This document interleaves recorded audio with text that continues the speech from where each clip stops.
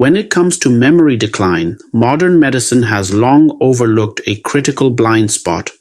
Those people who remain sharp-minded at 90 years old with cognitive abilities comparable to when they were 30 are almost never sustained by doing endless brain training games or crossword puzzles. Instead, their mental clarity is preserved because they unknowingly adopted a hidden anti-brain aging principle rooted in Japanese tea ceremony culture. This practice, originating from the Edo-period, is considered one of the most practical neuro-restructuring systems known today. Welcome to the channel. In today's episode, we're going to break this idea down and explore what it really means. Let me ask you something. Have you ever walked into a room and completely forgotten why you went there? Or stood in front of your medicine cabinet, staring at the bottle, genuinely unsure whether you already took your pill this morning? Most people chalk this up to aging. It's just what happens, they say. But here's what we don't talk about enough. When you're past 50, life often shifts in ways that feel deeply disorienting. Maybe you've left a job you held for decades, and suddenly your days have no anchor. Maybe you're watching a fixed retirement budget and thinking, is this it? Is this all that's left? The fear isn't really about the keys. The fear is about losing control, about looking ahead and thinking, from here, do I just slowly decline? I want to tell you today that fear is not your destiny, and the answer isn't expensive. It isn't complicated. It comes from a centuries-old Japanese philosophy about how to live, how to pay attention, and how to keep your brain genuinely young. Let's go back. Edo-period Japan. There's a young tea apprentice named Sosuke.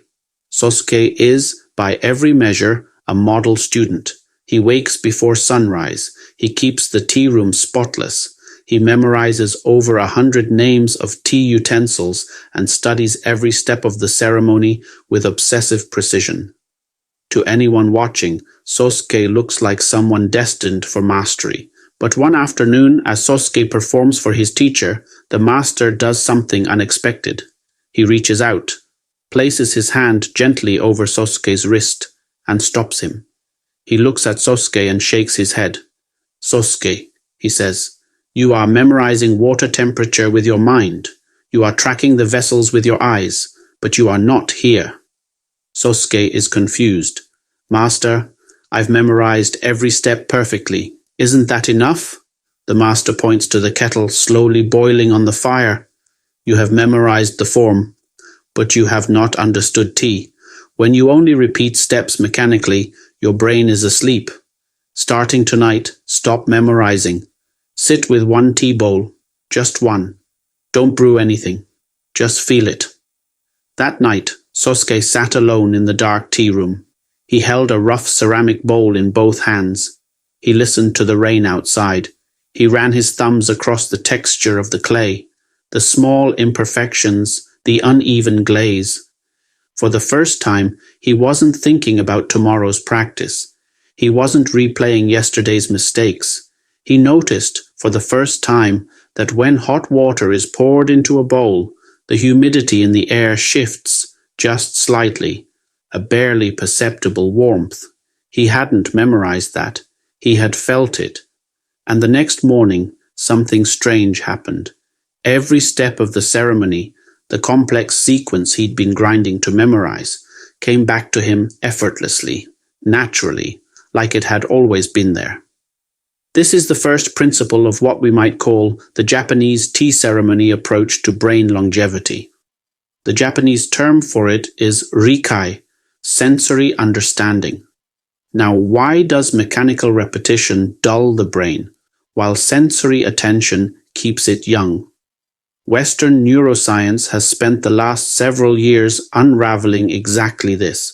When we feel anxious, when we feel out of control, overwhelmed, or like the future is slipping away from us, our brain releases cortisol. You've probably heard of it, the stress hormone.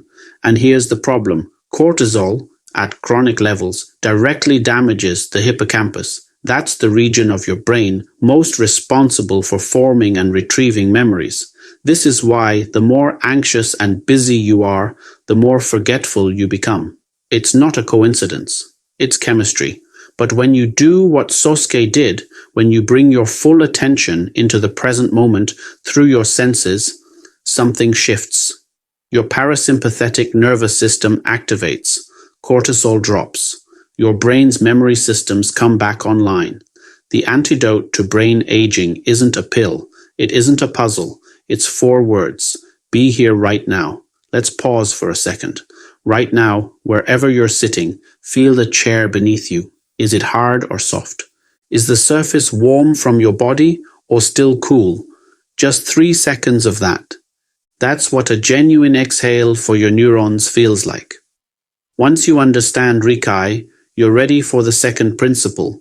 In Japanese, it's called Ichige Nihairu, which roughly translates to entering deeply into one art. In traditional tea ceremony, a master might spend an entire lifetime focused on a single craft, not dozens of hobbies, not constant stimulation, one thing done with full presence. Now, you don't need to learn the tea ceremony, but you can apply this principle to something you already do every day. Here's the practice I recommend most, especially if you're looking for a low barrier entry point. The 10-minute pour-over coffee ritual. Every morning, instead of scrolling your phone while the machine runs, try this. When you grind the beans, listen. Really listen to the sound of them cracking and breaking down. Smell the oils releasing into the air.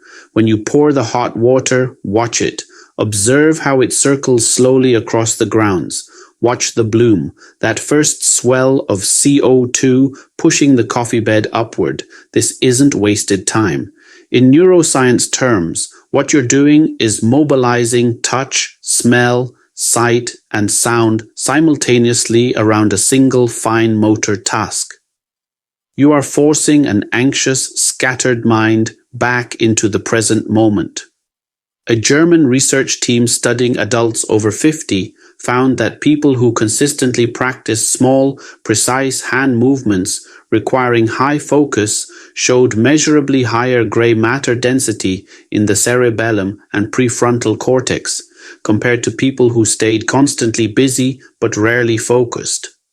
Constant busyness is not the same as mental engagement. They're actually opposites. If coffee isn't your thing, tending a small plant works just as well.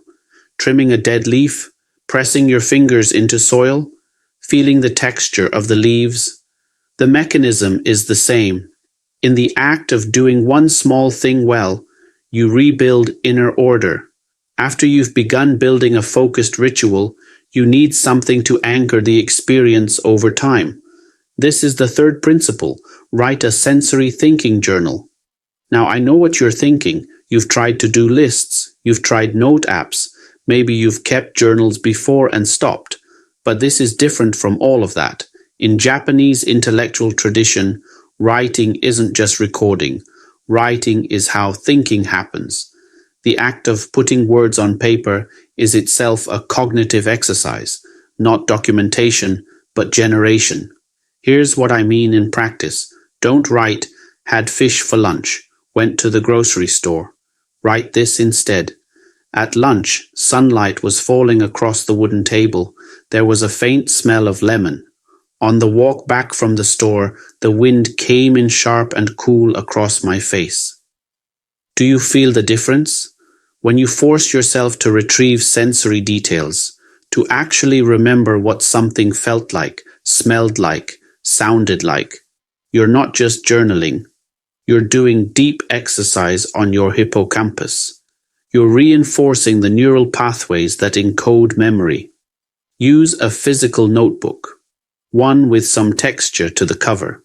The act of writing by hand engages fine motor control in a way that typing doesn't, and that physical engagement is part of the benefit.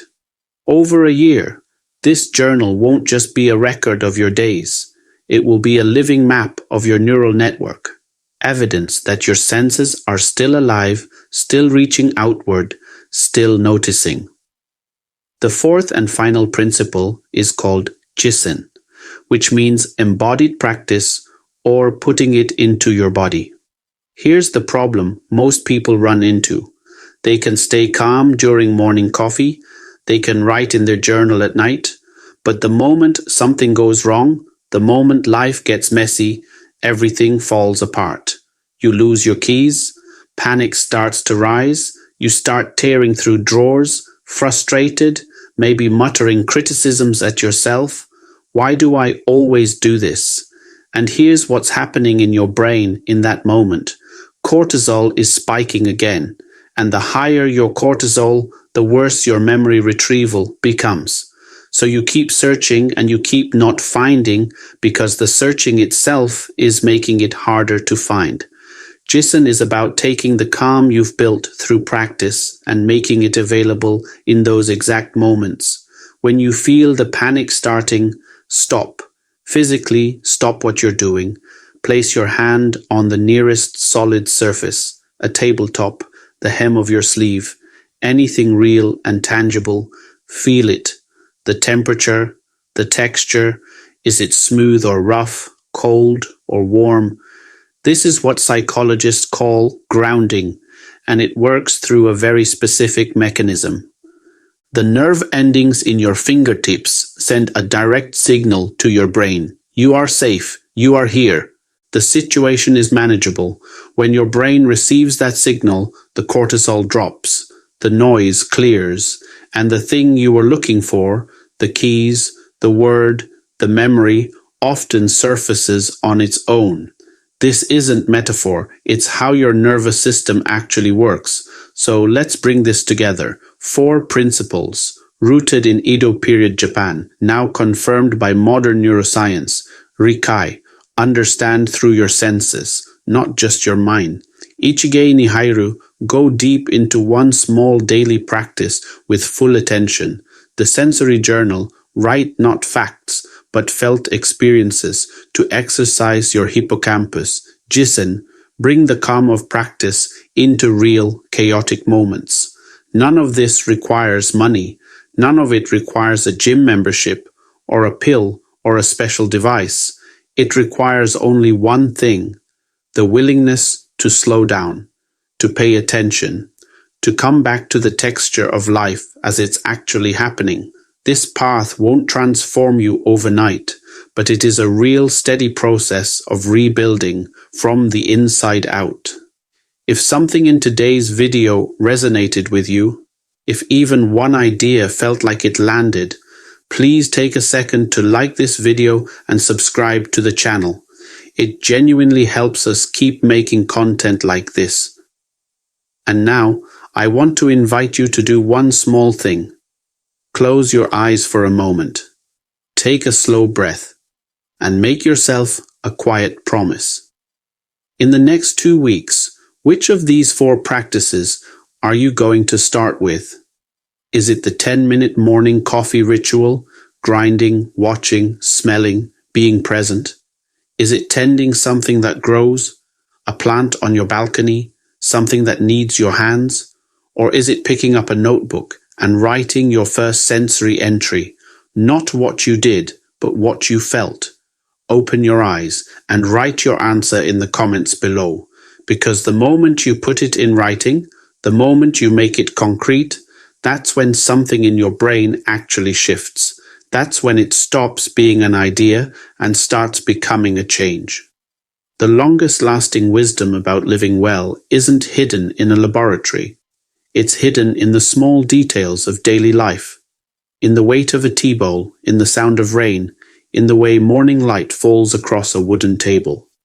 Thank you for spending this time with us. We'll see you in the next one.